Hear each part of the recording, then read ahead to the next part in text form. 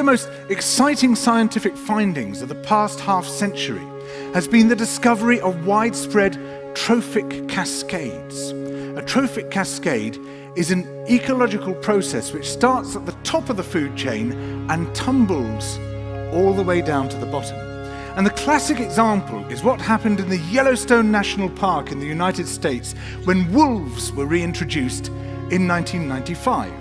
Now, we all know that wolves kill various species of animals, but perhaps we're slightly less aware that they give life to many others.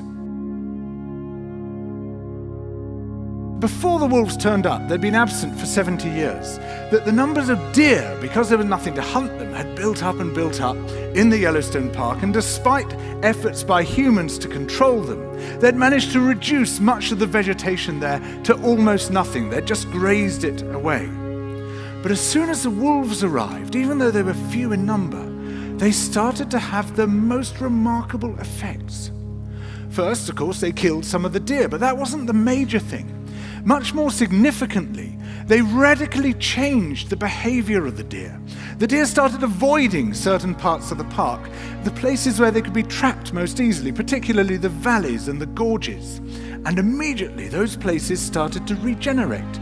In some areas, the height of the trees quintupled in just 6 years. Bare valley sides quickly became forests of aspen and willow and cottonwood. And as soon as that happened, the birds started moving in. The number of songbirds, of migratory birds, started to increase greatly. The number of beavers started to increase because beavers like to eat the trees. And beavers, like wolves, are ecosystem engineers. They create niches for other species. And the dams they built in the rivers provided habitats for otters and muskrats and ducks and fish and reptiles and amphibians.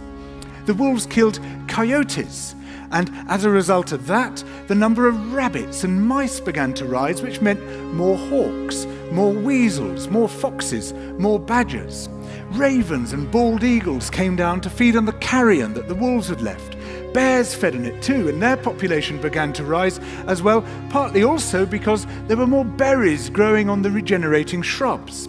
And the bears reinforced the impact of the wolves by killing some of the calves of the deer. But here's where it gets really interesting. The wolves changed the behavior of the rivers. They began to meander less. There was less erosion. The channels narrowed, more pools formed, more riffle sections, all of which were great for wildlife habitats. The rivers changed in response to the wolves. And the reason was that the regenerating forests stabilized the banks so that they collapsed less often, so that the rivers became more fixed in their course.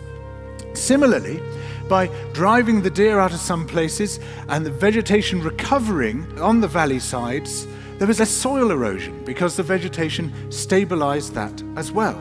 So the wolves, small in number, transformed not just the ecosystem of the Yellowstone National Park, this huge area of land, but also its physical geography.